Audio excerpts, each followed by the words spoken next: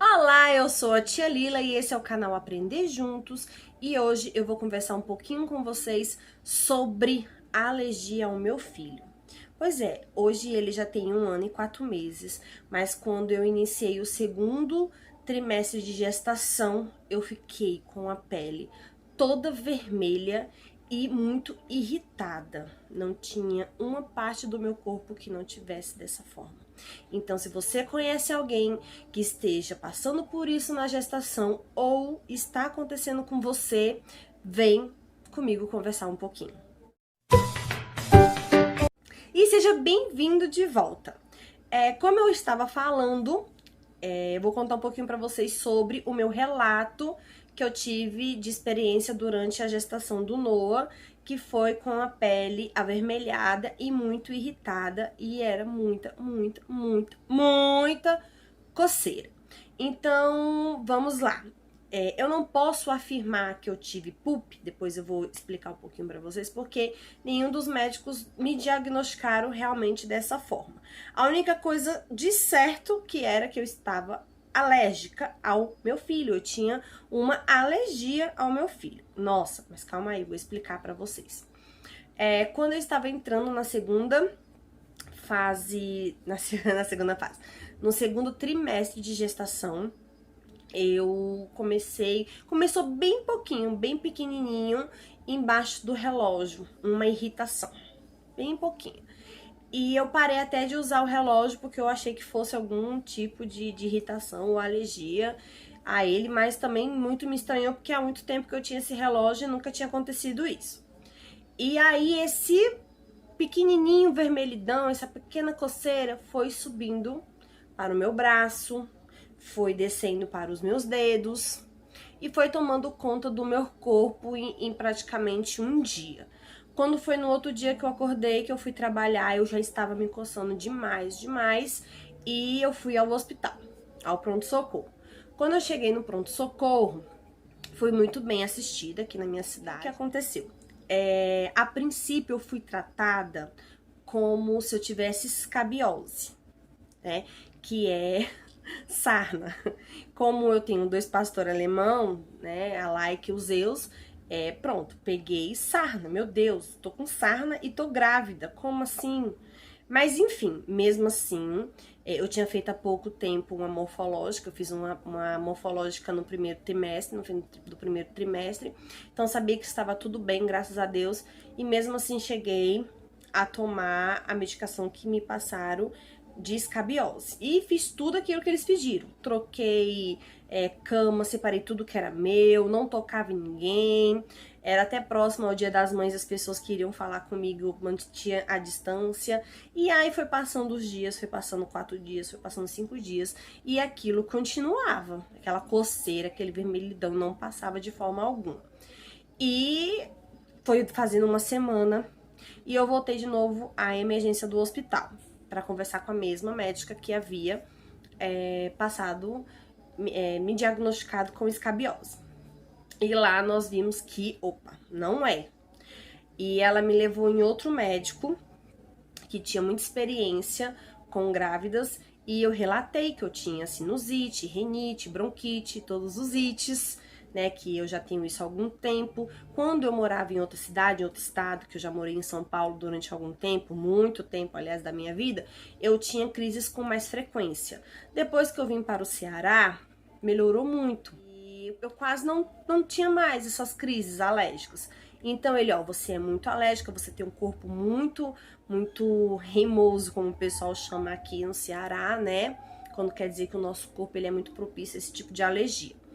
Então, você tá com sua alergia mesmo, é só a sua alergia. E como é que vai tratar? Não tinha como me tratar, porque eu tava com alergia ao meu filho? Ué, como assim? Esse intervalo dos 7 dias, algumas pessoas chegaram a dizer pra mim, pessoas mais experientes, chegaram a dizer pra mim que eu estava mesmo com a alergia da gravidez. que não sei quem já tinha passado por isso e tal, porque pessoas conhecem pessoas, e de médico e doido, todo mundo tem um pouco. Então algumas pessoas chegaram a relatar suas experiências de vida, dizendo que tinham passado por isso, e eu nunca fui aquele tipo de grávida e nem de mãe que não gosta de ouvir conselho. Eu escuto, filtro, e o que dá pra minha realidade, eu tento adaptar, aquilo que não dá, mas também só que, quer se meter, ficar dando palpite. Eu sou mais light nesse sentido. E aí as pessoas começaram a dizer suas experiências, e foi passando 15 dias, e foi passando 20 dias, e aquela coceira não parava. Eu não conseguia dormir. Quando eu ia mexer na internet, eu sempre via aquela coisa, aqueles memes, durma enquanto a criança não nasce, porque depois você não vai conseguir dormir. Só que eu já não dormia direito.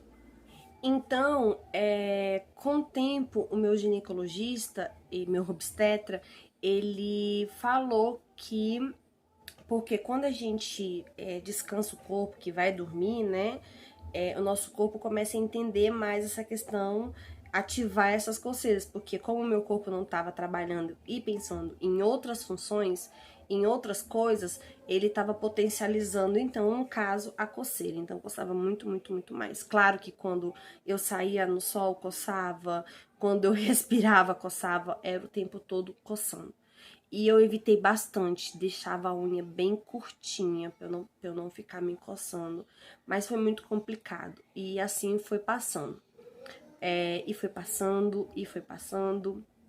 Cheguei a passar muitas coisas no meu corpo, desde pasta d'água, que é um produto quando a gente se queima, que a gente passa pra aliviar, né? E que me coçou demais também, no caso chegou até praticamente a me queimar. Na hora que eu passei, eu senti aquela quentura e já saí tirando. Eu tomava banho de chá de camomila. Eu não tomava o chá, mas eu tomava banho do chá de camomila para aliviar a coceira, porque além de ficar muito vermelho, eu me coçava demais. Para vocês terem uma noção, meu rosto também ficou muito vermelho. Eu vou colocar agora uma foto para vocês verem como ficou a minha barriga. Na época eu não me toquei em tirar muitas fotos desse momento, mas tirei algumas porque eu mandava para uma amiga minha, que é enfermeira, para ver como é que ela podia me ajudar, porque tinha dias que a coceira era muito intensa. Então vou mostrar para vocês.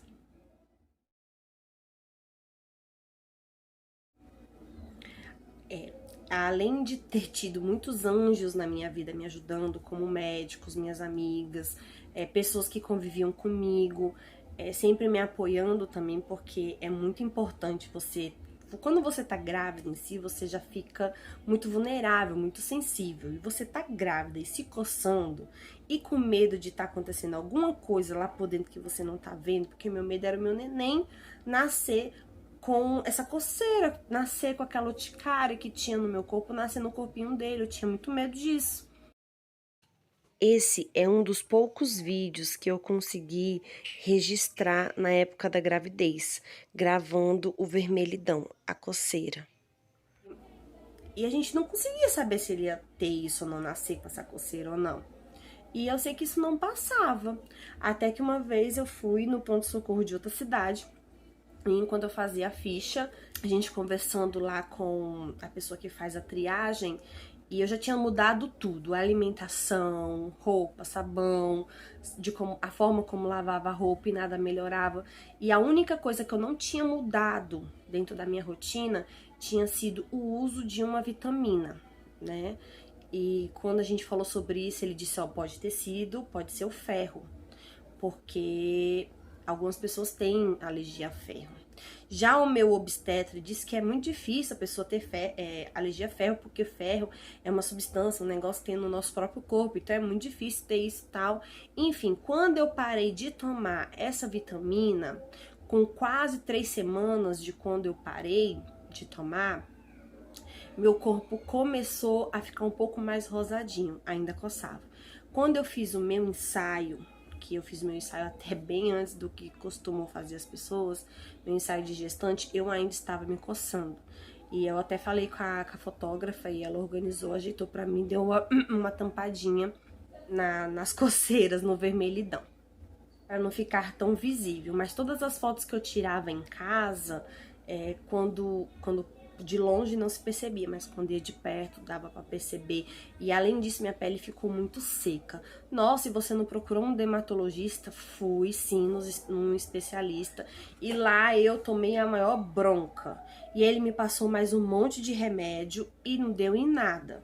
Porque claro que com razão também ele disse que eu fui em outros médicos e aí passaram um monte de remédio e de pomadas e de produtos e não tava adiantando, então eu só tava ferrando com a minha pele cada vez mais. Ele não errou, mas eu ia ficar muito esperando cair do céu a solução. Eu tinha que se me dava uma opção de coisa, claro que eu ia tentar, eu queria ficar boa daquilo, eu queria me sentir bem pra poder cuidar, me sentir bem e viver com o meu filho tranquilamente, lá ele mexendo, e eu curti a gestação, coisa que eu quase não fiz. Claro que foi um momento único na minha vida, mas eu me preocupava demais em relação à coceira. E assim, eu não voltei mais no dermato, ele passou alguns exames pra mim, eu acabei não indo pra ele, fiquei indo só no meu obstetra. E conforme como eu falei, quando eu parei de tomar vitamina, eu comecei a melhorar um pouco. E então que foi decidido que a gente ia antecipar um pouquinho o meu parto, porque meu filho estava previsto pro dia 15 ou depois de agosto, e meu filho nasceu em julho, no finalzinho de julho. Pelo médico, ele teria nascido ainda um pouquinho antes, lá pro dia 22. E aí, não, vamos segurar mais um pouco. Já me cocei até agora, me coço mais um pouco. E foi isso. Agora eu vou falar pra vocês o nome dessa doença, né? Dessa doença que algumas mulheres têm na gestação. Porque assim, eu sei que é muito difícil, mas por experiência própria, experiência sobre o meu corpo, sobre como ficou depois, não coce a pele de vocês e não deixe ela ficar muito tempo ressecada. Porque no meu caso eu comecei a passar muitos produtos e não me lembrei do principal, que era o hidratante. Eu passava pomada anti não sei o que lá, um monte de pomada, mas nenhum deles me passou um hidratante. Ah, e passou um hidratante com uma composição que grávidas não podiam usar. E só depois que eu comprei, a gente reparou, a gente foi ler, então, nossa, como é que o médico passa isso? Pois é, às vezes eles têm tantas pessoas, tantas informações na cabeça, que acabam passando alguma coisa que a gente não pode. Então, quem tá gestante precisa ter esse cuidado também. Não é todo hidratante que você pode passar, porque a pele absorve. E o nome é pápulas urticadas prurignosas. Pois é, que também é conhecida por PUP gestacional. É uma erupção polimórfica E essa erupção na pele, ela costuma acontecer entre 1 a 160 mulheres. Então, assim, não é todo mundo que tem. E eu fui escolhida. Algumas pessoas geralmente têm no final da gestação. Comecei a ter no final de abril. Final de abril já iniciou. No Dia das Mães, ali no segundo domingo de maio de 2019, foi o ápice da coceira, até junho.